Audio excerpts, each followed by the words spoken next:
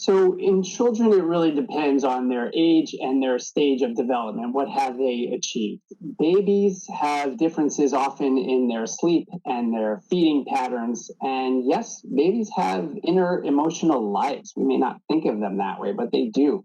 And that includes their ability to feel our stress and to behave differently. Similarly, toddlers, preschools will often go back on developmental milestones achieved, like sleeping through the night or begin to wet the bed again.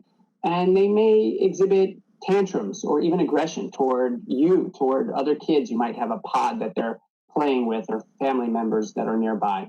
School-age kids commonly have very notable changes in behavior. They can become more irritable, more anxious, perhaps biting their nails, a little bit more rambunctious, getting into more trouble. Often they'll complain, I'm bored a lot. You'll hear, I'm bored. And they can also have a harder time managing their impulses or paying attention, to that teacher on Zoom. So we want to be mindful of how they're doing, especially as school starts, and really monitoring for these behaviors.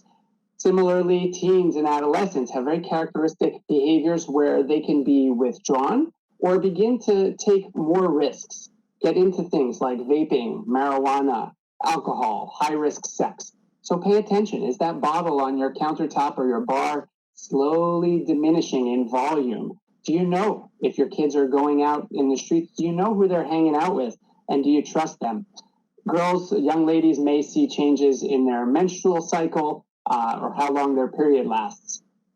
Interestingly, some kids show no obvious behavioral symptoms, but start to complain of things like headaches, stomach aches, difficulty sleeping, or even, like us, have worsening of their chronic conditions, their symptoms, worsening asthma, eczema, or even frequent infections. All of the stress hormones are designed to protect our body and decrease inflammation, rev up and then go down. But chronically, they can cause our underlying inflammatory conditions and other illnesses to be difficult to control.